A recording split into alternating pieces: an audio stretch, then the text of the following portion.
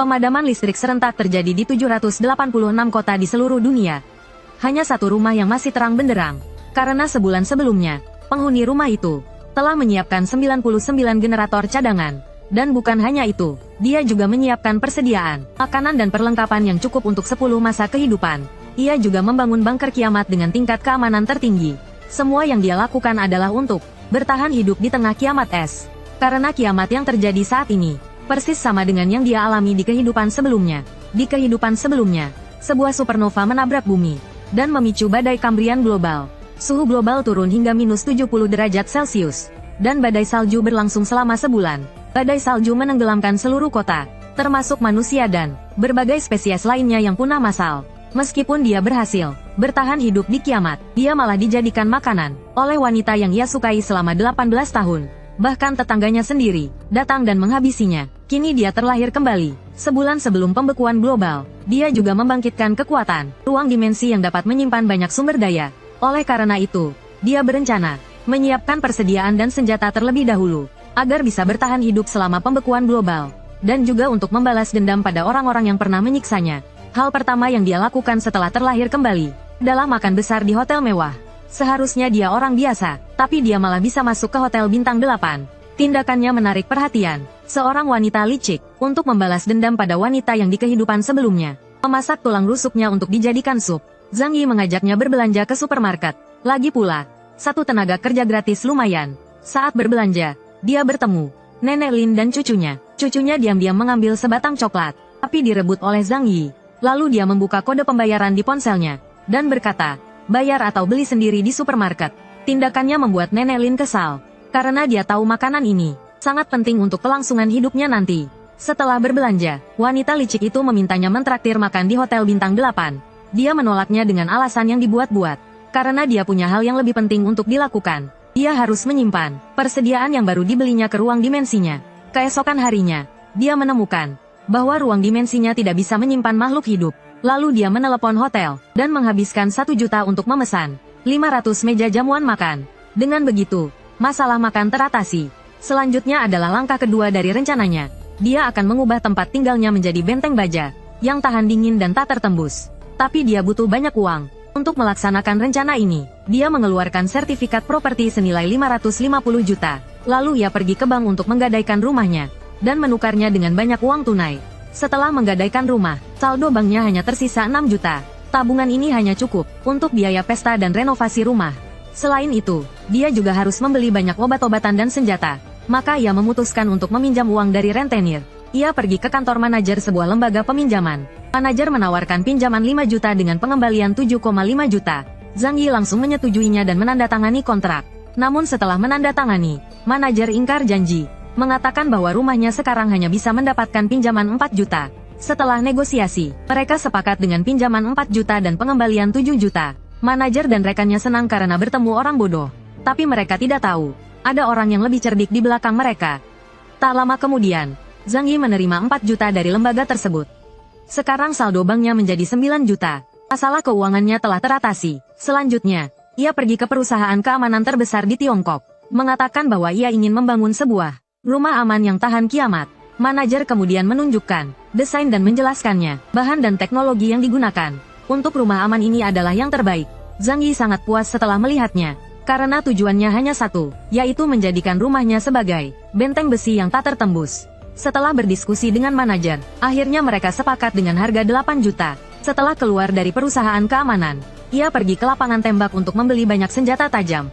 Ketika ia pulang ke rumah, ia menemukan 500 meja yang dipesannya. Beberapa hari yang lalu telah dikirim ke depan kompleks. Para tetangga yang melihatnya berpikir ia sudah gila. Setelah semua makanan dikirim ke gudang bawah tanah lantai 7, ia mengulangi triknya dan menyimpan semua makanan ke dalam ruang dimensionalnya. Ia juga berencana mengosongkan gudang supermarket Walmart. Dengan mendapatkan semua persediaan ini, ia tidak perlu khawatir tentang makanan dan minuman selama 10 generasi. Setelah kejadian ini, para tetangga diam-diam menertawakannya. Sebulan lagi kalian akan tahu siapa yang sebenarnya pantas ditertawakan. Seminggu kemudian, tiba saatnya untuk memeriksa rumah aman. Sekarang seluruh rumah telah dipasang pelat logam setebal 200 mm. Sistem insulasi telah ditingkatkan dan dapat memblokir 99,5% kehilangan suhu. Selain itu, 300 kamera juga telah dipasang di seluruh gedung. dapat memantau setiap lantai di seluruh gedung. Zhang Yi sangat puas dengan renovasi rumahnya. Manajer perusahaan keamanan memintanya untuk melunasi sisa pembayaran dalam waktu 3 bulan. Ia tahu ia tidak mungkin membayarnya. Ketika kiamat datang, mereka bahkan tidak tahu apakah mereka akan bertahan hidup. Di sisa waktu yang ada, Zhang Yi menghabiskan semua uangnya untuk membeli persediaan. Sisa waktunya digunakan untuk melatih fisiknya dan belajar menggunakan senjata api. Semua ini untuk menghadapi zaman es global yang akan datang. Waktu berlalu cepat. 3 hari sebelum kiamat, saatnya untuk melaksanakan langkah terakhir dari rencana, mengosongkan semua persediaan di gudang Cina Selatan. Hari itu, Zhang Yi kembali ke kantor lebih awal dan menaruh obat tidur ke dalam semua minuman. Setengah jam setelah minum, semua karyawan perusahaan tertidur pulas. Lalu dia pergi ke gudang Cina Selatan perusahaan, memindahkan semua barang di gudang satu persatu ke dalam ruang dimensi lain. Dengan cepat, seluruh gudang dikosongkan olehnya. Lalu dia kembali ke kantor, minum air yang dicampur obat tidur, kemudian berbaring di sofa dan tertidur. Dengan begitu, dia menciptakan kasus hilangnya persediaan gudang Cina Selatan. Bahkan jika diselidiki, dia tidak akan disalahkan, karena tidak ada yang akan mengira dalam waktu setengah jam persediaan yang cukup untuk ribuan orang bisa lenyap begitu saja. Benar-benar jenius sialan. Sekarang hanya tersisa 2 hari lagi. Saat ini, salju sudah mulai turun. Penurunan suhu yang tiba-tiba membuat orang tidak siap. Tetapi semua orang mengira, ini hanya penurunan suhu biasa. 2 hari kemudian, supernova datang seperti yang diperkirakan. Suhu di seluruh dunia mulai turun drastis dan badai salju turun. Tetapi orang-orang masih belum menyadari keseriusan masalah ini. Beberapa orang masih berfoto di luar bersama salju. Kebahagiaan tidak berlangsung lama, hanya dalam beberapa hari. Tumpukan salju di luar mencapai ketinggian setengah badan. Pemanas AC biasa tidak lagi mampu menghadapi suhu rendah yang semakin parah setiap hari. Wanita murahan yang tak tahan dingin mengirim pesan untuk meminta bantuan Zhang Yi.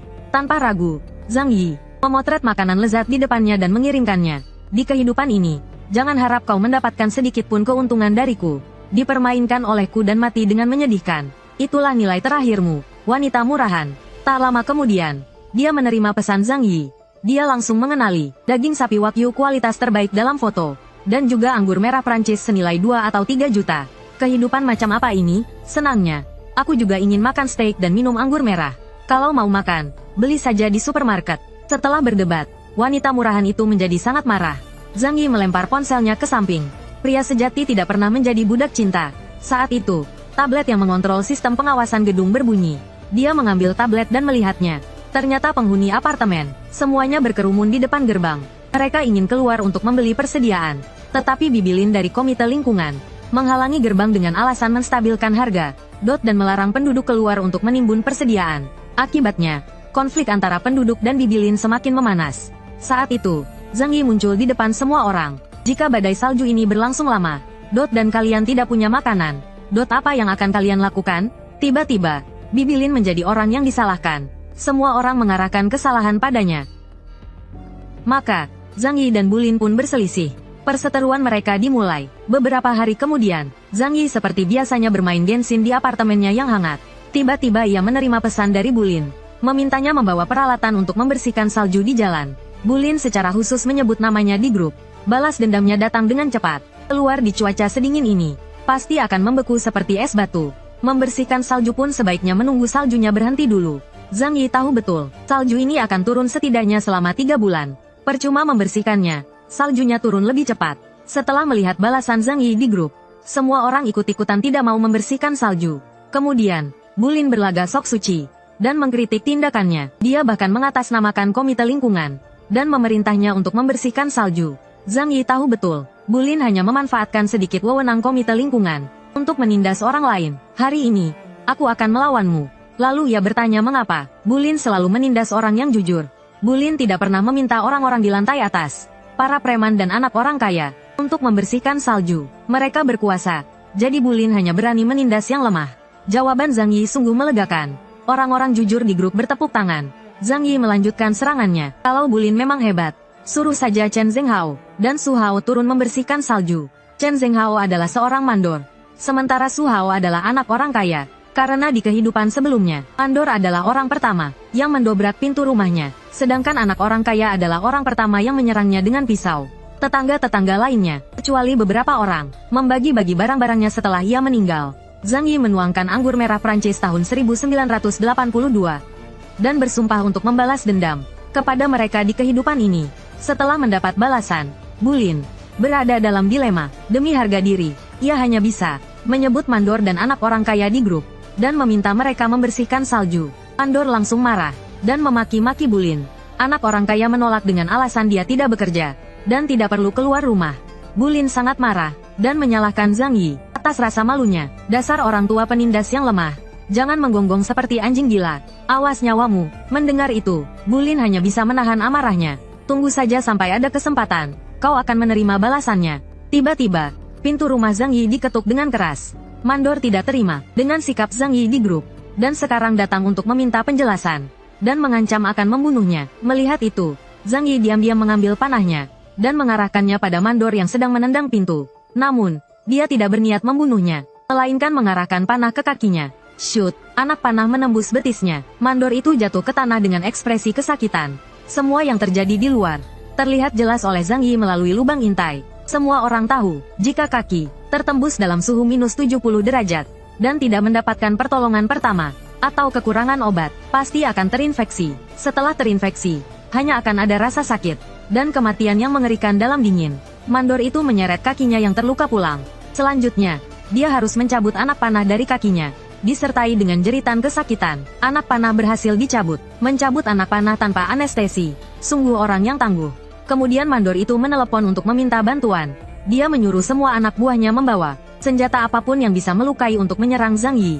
Anak buahnya tiba di depan pintu rumah Zhang Yi, dan berteriak menyuruhnya keluar. Pemimpin anak buah melihat tidak ada tanggapan, lalu menebas pintu dengan parang sepanjang 40 cm. Namun, parang itu patah tanpa bisa merusak pintu sedikit pun. Anak buah di luar berusaha keras mendobrak pintu. Sementara Zhang Yi masih asyik bermain game. Pisau tumpul, kuda kurus. Apa yang bisa kau lawan dariku? Setelah berkata demikian, dia mulai berpikir licik. Zhang Yi menyambungkan selang air, lalu menyemprotkannya keluar dari lubang pintu. Rasakan ini, semua anak buah basah kuyup, karena suhu yang sangat rendah. Saat air menyentuh udara, seketika berubah menjadi es. Anak buah Mandor pun tumbang karena radang dingin. Mandor itu menghadapi Zhang Yi, yang berada di dalam rumah yang aman, dan tidak bisa berbuat apa-apa. Dia hanya bisa menelan amarahnya. Di sisi lain, warga yang sedang membersihkan salju di luar juga menyadari bahwa menghadapi salju sebesar ini, usaha mereka sia-sia. Mereka pun memilih untuk pulang. Sepertinya semua orang tahu bahwa dengan kekuatan manusia saja tidak mungkin melawan bencana alam sebesar ini. Saat itu, Zhang Yi menerima pesan dari wanita murahan. Dia ingin meminta makanan dari Zhang Yi. Menghadapi permintaan mantan dewinya, Zhang Yi tentu akan memenuhinya. Lalu dia memfoto lobster Australia yang baru saja dimakannya dan mengirimkannya. Hal ini membuat kedua wanita itu iri. Kemudian, mereka berdua bekerja sama. Satu berperan baik dan satu berperan jahat untuk menekan Zhang Yi. Namun, situasinya sudah berbeda sekarang. Zhang Yi yang bukan lagi budak cinta hanya membalas dengan kata "oh". Melihat itu, kedua wanita itu tidak bisa berbuat apa-apa. Mereka hanya bisa meminta budak cinta lainnya untuk mengirimkan makanan. Zhang Yi, ibumu adalah wanita yang tak akan pernah bisa kau dapatkan. 3 hari kemudian, Zhang Yi melihat waktu di ponselnya, dan tahu pertunjukan besar akan segera dimulai. Tak lama kemudian, terdengar suara "pa". Semua lampu di gedung apartemen padam. Pemadaman listrik skala besar dimulai. Semua penghuni berjalan ke koridor untuk memeriksa situasi. Dari percakapan mereka, diketahui bahwa tidak hanya listrik yang padam, tetapi juga air. Namun, semua ini bukan masalah bagi Zhang Yi, karena dia sudah menyiapkan generator cadangan. Beberapa saat kemudian, hanya apartemen Zhang Yi yang kembali menyala. Pada saat ini, orang-orang sepertinya menyadari bahwa inilah akhir dunia. Ketakutan dan kecemasan memicu niat jahat Nyonya Lin. Aku dan cucuku harus bertahan hidup, bahkan jika harus mengorbankan orang lain. Kemudian dia memposting pesan di grup penghuni apartemen. Dia mengusulkan agar semua penghuni apartemen dikelola secara terpusat oleh komite warga, agar kita semua bisa melewati masa sulit ini. Mulai sekarang, komite warga akan mengumpulkan semua persediaan dari setiap rumah tangga, lalu akan didistribusikan secara merata. Dengan alasan Zhang Yi adalah supervisor supermarket Walmart, dia memintanya untuk memimpin dan berbagi makanan rumahnya dengan semua orang. Zhang Yi langsung melihat tipu muslihatnya, karena di kehidupan sebelumnya, dia ditipu dengan cara seperti ini. Pada akhirnya, dia dipotong-potong hidup-hidup oleh tetangga yang jahat. Dia menekan tombol suara. Nyonya Lin, jika Anda sudah mengumpulkan persediaan, ingatlah untuk membaginya denganku. Persediaanku akan kugunakan sendiri. Nyonya Lin langsung melihat tipu muslihatnya. Dia tahu Zhang Yi adalah supervisor gudang. dan biasanya bisa mendapatkan banyak barang diskon. Pasti banyak persediaan di rumahnya. Dia segera menjadi tenang. Dia tahu jika dia bisa mendapatkan Zhang Yi, persediaannya setidaknya bisa bertahan seminggu lagi. Kemudian dia terus menekan Zhang Yi dan memintanya untuk mematuhi perintah organisasi. Zhang Yi juga bukan orang bodoh. Dia bilang hanya tersisa es krim di rumahnya. Jika kamu mau makan di suhu minus 70 derajat, aku bisa memberikannya padamu. Nyonya Lin yang diejek menjadi marah dan mengatakan jika dia tidak bekerja sama, organisasi akan menghukumnya. Mewakili organisasi, kau hanyalah pengurus komite warga. Jangankan PNS, kau bahkan bukan pegawai negeri. Biasanya membual saja. Kau benar-benar menganggap dirimu penting. Ya, silakan saja. Aku menunggumu di rumah. Nyonya Lin langsung menutup telepon dengan marah setelah mendengarnya. Karena setiap kata yang dikatakan Zhang Yi adalah fakta. Prioritas saat ini adalah menipu sebanyak mungkin orang. Tindakan penipuannya, semuanya berada di bawah pengawasan Zhang Yi. Tanpa diduga, benar-benar ada penghuni yang memberinya persediaan. Karena dunia luar sudah kacau balau. Hanya yang punya persediaan yang bisa bertahan. Kalau tidak, hanya bisa menunggu ajal. Tak lama, para penghuni menyadari ada yang tidak beres. Mereka menuntut Ibu Lin mengembalikan persediaan. Tapi Ibu Lin bukan orang yang mudah menyerah. Persediaan yang susah payah dia tipu. Mana mungkin dia kembalikan? Tapi setelah menutup telepon, dia langsung membawa orang menerobos masuk ke rumah Ibu Lin. Begitu masuk, dia langsung menamparkan Ibu Lin. Mandor bilang tamparan itu untuk mewakili para tetangga yang telah ditipu. Setelah memberi Ibu Lin pelajaran, Mandor menyuruh anak buahnya mengangkut semua persediaan di rumah itu. Ibu Lin yang babak belur langsung memeluk kakinya, memohon agar Mandor menyisakan sedikit untuk keluarganya. Urusan apa dengan keluargamu? Singkirkan tangan kotormu. Mandor menendangnya. Cucu Ibu Lin melihat neneknya terjatuh, mengambil alat dan berteriak menyuruh mereka keluar. Lalu dia menusukkan alat itu ke bokong salah satu anak buah Mandor. Kau cari mati ya? Anak buah Mandor menendang cucunya. Yang lain malah bertepuk tangan. Benar-benar preman. Anak kecil pun tak disayangkan. Ibu Lin langsung bangun dan memeriksa cucunya. Mandor tak merasa bersalah dan hanya berkata, pantas saja. Dia bilang ini adalah akibat dari menipu para tetangga. Dia sedang membela kebenaran. Semua yang terjadi disiarkan Zhang Yi ke grup penghuni. Mantap, orang-orang di grup merasa puas. Tapi Zhang Yi punya pendapat berbeda. Karena Mandor hari ini bisa merampok rumah Ibu Lin. Cepat atau lambat dia juga akan menerobos rumah orang lain. Lalu dia mengangkat bahu. Karena dia tahu apapun yang terjadi, tidak akan ada yang bisa menerobos masuk rumahnya yang kokoh. Grup penghuni, Ibu Lin mengirim pesan, menanyakan siapa yang punya obat. Dr. Zhou membutuhkannya untuk operasi cucunya. Zhang Yi bingung. Dr. Zhou yang cantik dan ahli itu mau mengoperasi cucu Ibu Lin. Suhu di luar sudah mencapai minus 20 derajat. Banyak kota tertimbun salju. Warga yang tidak sempat mengungsi menjadi patung salju. Bencana ini begitu parah, hingga pemerintah pun kewalahan. Tapi mereka juga tidak berdaya. Hanya bisa memberi harapan palsu kepada warga. Tapi harapan palsu tidak bisa menyelesaikan masalah kekurangan makanan. Ibu dan anak ini tidak makan dan minum selama 3 bulan, benar-benar tidak berdaya. Terpaksa meminta bantuan di grup perumahan. Tapi kebaikan di akhir zaman sama saja dengan kekejaman terhadap diri sendiri. Seorang ibu tunggal dengan bayi perempuan berusia 8 bulan meminta bantuan. Jika ada yang bersedia membantu, pasti akan terus-menerus meminta bantuan dan menjadi korban. Tapi Zhang Yi mengingatnya, bertahan begitu lama dengan putrinya. Wanita ini pasti tidak sesederhana kelihatannya. Kekurangan makanan untuk sementara bukan masalah bagi orang kaya. Anak orang kaya membeli makanan dengan harga tinggi di grup perumahan. Mie instan biasa, dibeli dengan harga 8.000 per bungkus. Beberapa orang masih tidak bisa menahan godaan uang. Berbondong-bondong menjual persediaan mereka. Tapi berapa banyak nilai uang di akhir zaman? Di mana kota lumpuh dan barang-barang berharga? Selain masalah kekurangan makanan, jika sialnya terluka saat ini, juga akan mempercepat kematian. Nenek Lin, karena secara pribadi menipu orang untuk mendapatkan persediaan. Mandor, setelah mengetahuinya, datang dengan anak buahnya dan memukulnya habis-habisan. Dan semua persediaannya dirampas. Bahkan cucunya, karena melawan Mandor, ditendang hingga 8 tulang rusuknya patah. Nenek Lin, yang sangat membutuhkan obat untuk menyelamatkan cucunya, hanya bisa memohon dengan rendah hati. Bahkan Zhou Ke'er yang biasanya dingin, seorang dokter, turun tangan untuk membantu pengobatan. Benar-benar ada cinta sejati di dunia. Ada cinta sejati di dunia. Saat itu, telepon Zhang Yi berdering. Peneleponnya adalah wanita penggoda yang di kehidupan sebelumnya. Membuatnya hidup-hidup kehabisan darah dan tulang. Sepertinya mereka berdua telah menghabiskan semua barang, dan datang untuk meminta bantuan. Setelah panggilan video terhubung, Zhang Yi sengaja memperlihatkan KFC di belakangnya, yang hanya bisa dimakan pada hari Kamis gila. Lihat itu, air mata tak tertahankan mengalir dari sudut mulut mereka. Mereka berdua kemudian bertanya, mengapa dia masih berkeringat di luar ruangan dengan suhu minus 200 derajat. Zhang Yi menunjuk perapian di dalam ruangan, dan berkata, benda ini terlalu panas. Aku kepanasan sekarang. Mendengar itu, wanita penggoda mengatakan dia baru saja membeli baju renang, dan ingin mencobanya di rumahnya. Selanjutnya, dia mengatakan banyak kata-kata sanjungan, tapi Zhang Yi hanya merasa jijik setelah mendengarnya. Meskipun aku tidak tahu seberapa dingin di luar, tapi melihat penampilan kalian, suhunya pasti sangat rendah. Mendengar itu, wanita penggoda marah padanya, karena tidak tahu bagaimana menghargai wanita. Zhang Yi dengan dingin berkata, pernahkah kau dengar ikan busuk dan udang busuk perlu dihargai? Kurasa Nenek Lin di lantai bawah lebih baik darimu. Setelah mengatakan itu, dia langsung menutup telepon. Beraninya kau siapa? Beraninya kau memperlakukan peri seperti ini? Wanita penggoda itu dengan marah membanting teleponnya ke tanah. Melihat itu, sahabatnya menyalahkannya. Dulu tidak memanfaatkan kesempatan dengan baik. Sekarang Zhang Yi sangat menarik. Jauh lebih baik daripada si kaya palsu itu. Lalu keduanya langsung mengumumkan berakhirnya hubungan mereka. Sungguh persahabatan yang lucu dan palsu. Setelah keduanya bertengkar, si teman bertanya apa ada cara lain. Si cewek ular hijau mengusulkan untuk menghabisi Zhang Yi dan mengambil alih rumahnya. Namun, hal ini tidak mungkin dilakukan hanya oleh mereka berdua. Kemudian ia menelepon si pengagum nomor 2, si rambut merah.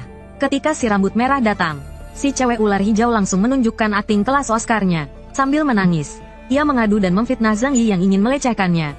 Setelah mendengar itu, si rambut merah langsung marah dan mengatakan, akan memberi Zhang Yi pelajaran. Si cewek ular hijau kemudian berkata, asalkan si rambut merah merebut rumahnya, maka ia dan temannya akan menjadi milik si rambut merah.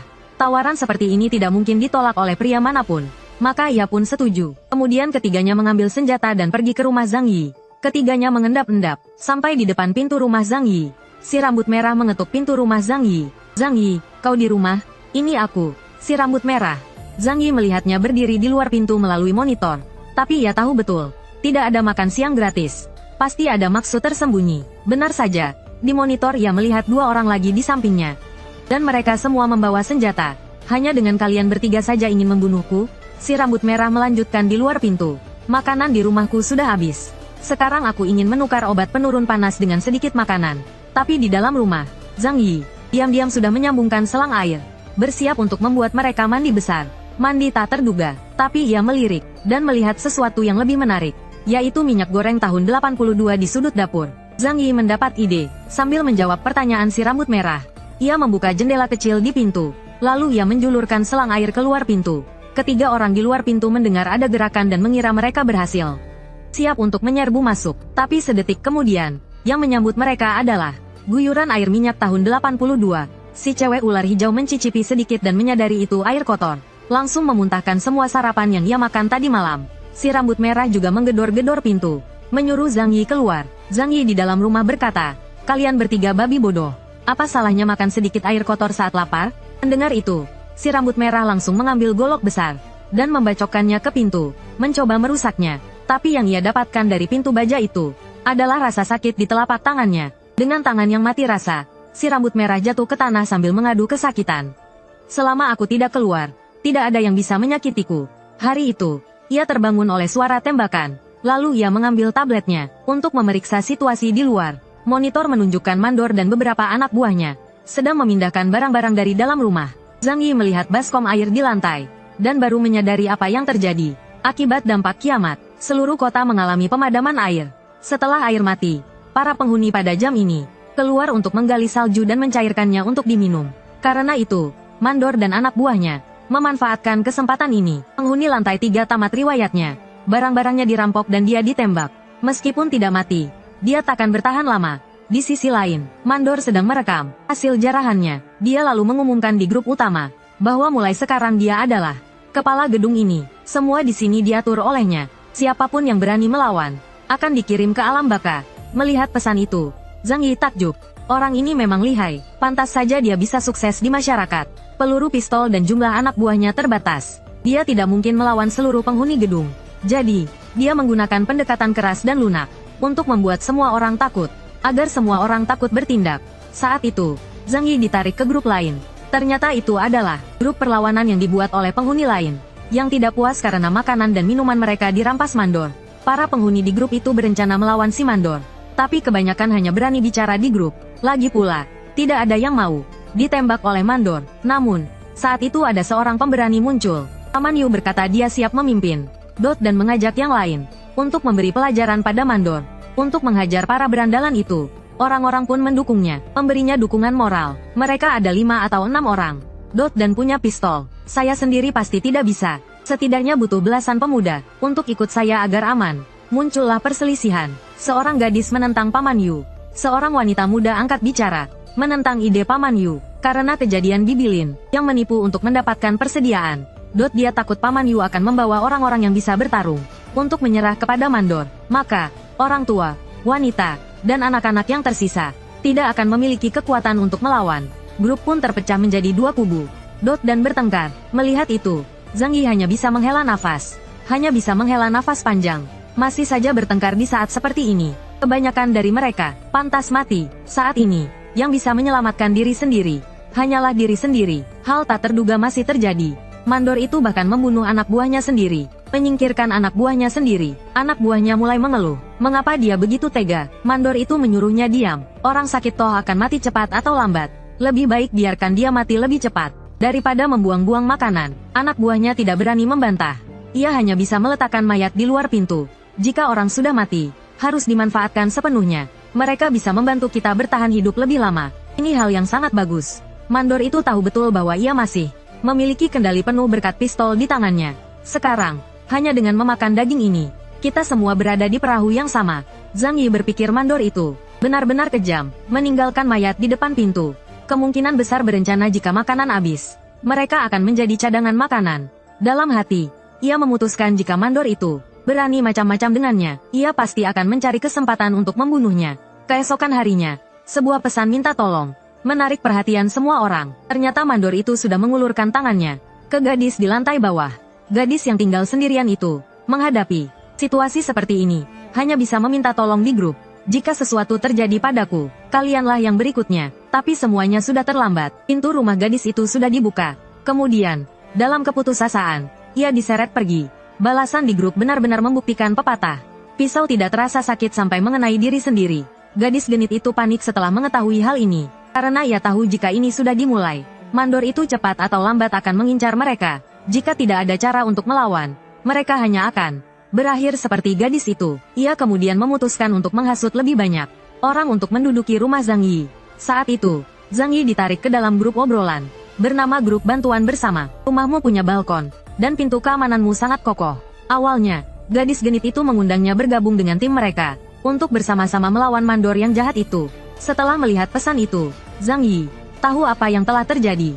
Pasti gadis genit itu telah menyebarkan kabar tentang rumahnya. Rencananya sangat jelas. Aku tidak butuh terima kasih. Sekarang aku sendiri hidup dengan sangat nyaman. Untuk urusan teman sekamar, silakan cari yang lain. Kemudian, orang-orang di grup mencoba segala cara untuk menekannya secara moral. Tetangga, di saat seperti ini, hidup atau mati tergantung pada kemampuan masing-masing. Kalian tidak ada nilainya bagiku. Kenapa aku harus bermurah hati? Setelah mengatakan itu, ia langsung keluar dari grup. Tindakannya membuat semua orang terkejut. Gadis genit itu masih mengeluh kenapa tidak ada yang mau membantu. Orang-orang di ruangan itu menjadi tidak senang. Mereka bertanya pada gadis genit itu apa yang harus dilakukan setelah rencananya gagal. Pria berkacamata itu mengusulkan untuk mempersiapkan pertahanan terlebih dahulu. Dengan mendobrak pintu paksa, mereka bisa menang dengan mudah. Saat itu, seorang pria berambut pirang mengatakan bahwa dia pernah bekerja di perusahaan jasa tukang kunci. Tidak ada kunci yang tidak bisa dia buka. Tak lama kemudian, mereka semua tiba di depan pintu rumah Zhang Yi, siap untuk membobolnya. Wanita licik itu berpikir bahwa Zhang Yi hanya bisa menyiram mereka dengan air, dan tidak punya cara lain. Selama mereka siap, pria berambut pirang itu bisa membuka kunci dengan tenang. Setelah masuk, Zhang Yi tidak akan bisa melawan mereka semua sendirian. Selama mereka semua menyerangnya bersamaan, mereka bisa menangkapnya. Tapi bagaimana mungkin trik kecil seperti itu bisa mengalahkan seorang ahli? Zhang Yi begitu percaya diri karena rumahnya dilengkapi dengan pintu keamanan 5 lapis, setara dengan tingkat keamanan brankas bank. Mana mungkin mudah untuk membobolnya?